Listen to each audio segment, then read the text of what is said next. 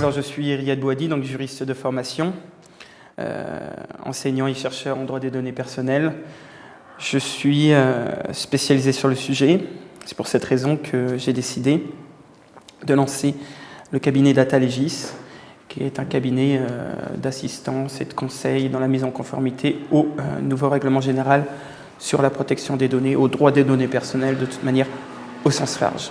Le RGPD, acronyme de Règlement général sur la protection des données, il faut comprendre que ce n'est pas une énième nouvelle loi dans le domaine.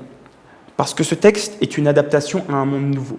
Ce monde qui peut être un monde merveilleux, car il offre d'extraordinaires potentialités dans le domaine du big data, des objets connectés, de la médecine personnalisée, de l'intelligence artificielle, des biotechnologies. Mais ce monde qui peut aussi se transformer en un véritable cauchemar avec la disparition de la vie privée, la surveillance généralisée, la disparition de l'autonomie individuelle et les menaces subséquentes que cela peut faire peser sur la dignité humaine. Ce nouveau règlement ne fait en réalité rien de moins que fixer le cadre juridique de la société de demain. En premier lieu, d'abord, mettre à jour le cadre juridique existant.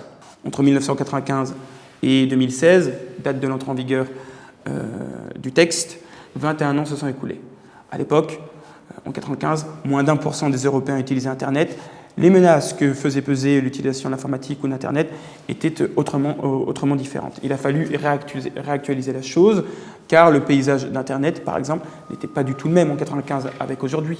Les menaces sur les libertés individuelles, la vie privée, qui peuvent exister aujourd'hui, n'existaient pas à l'époque. La seconde raison, unifier et harmoniser le cadre juridique à l'échelle de l'Union européenne. Effectivement, la directive de 1995 devait être transposée par chacun des États membres au niveau de l'Union européenne et parfois les législations étaient différentes. Donc maintenant, le règlement doit est adopté tel quel dans tous les États de l'Union européenne, à part quelques modifications, mais qui relèvent du détail. La troisième raison, c'est l'extension du champ d'application du droit des données personnelles, tant du point de vue des acteurs que du point de vue géographique. Les responsables de traitement, ceux qui déterminent les moyens et les finalités d'un traitement de données personnelles, mais aussi les sous-traitants. L'ensemble des sous-traitants sont aussi liés par un certain nombre d'obligations et sont responsables s'ils ne les respectent pas. Toutes les entreprises, toutes les organisations à travers le monde qui ciblent, qui traitent des données personnelles de citoyens européens doivent respecter les dispositions du RGPD. La dernière raison, c'est le renforcement des sanctions. Jusque-là, la CNIL disposait d'une épée en bois. Les amendes qu'elle pouvait fixer, c'était 150 000 € et puis 300 000 si récidive. Il est certain que ça faisait trembler Google ou Facebook. On est passé sur des sanctions, des amendes administratives très sérieuses qui peuvent aller jusqu'à 20 millions d'euros ou 4% du chiffre d'affaires mondial. Trois choses. La première, d'abord, le texte est déjà entré en vigueur. C'est son entrée en application qui a été décalée au 25 mai prochain. La seconde remarque que je peux faire, c'est l'inquiétant retard, tout de même, des entreprises françaises. Une dernière enquête qui date de mars 2018 a montré qu'à peine 35% des entreprises avaient commencé la démarche de mise en conformité.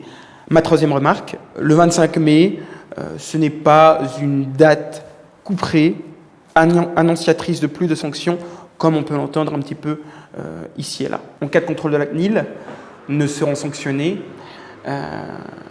principalement que les entreprises qui n'auront pas un niveau de conformité suffisant parce qu'elles n'ont pas commencé leur démarche de mise en conformité.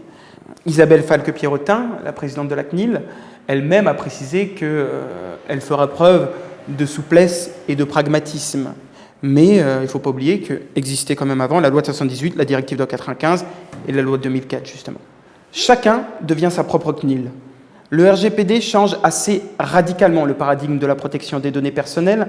On passe en effet d'un système de conformité juridique statique à un système de conformité juridico-technique dynamique.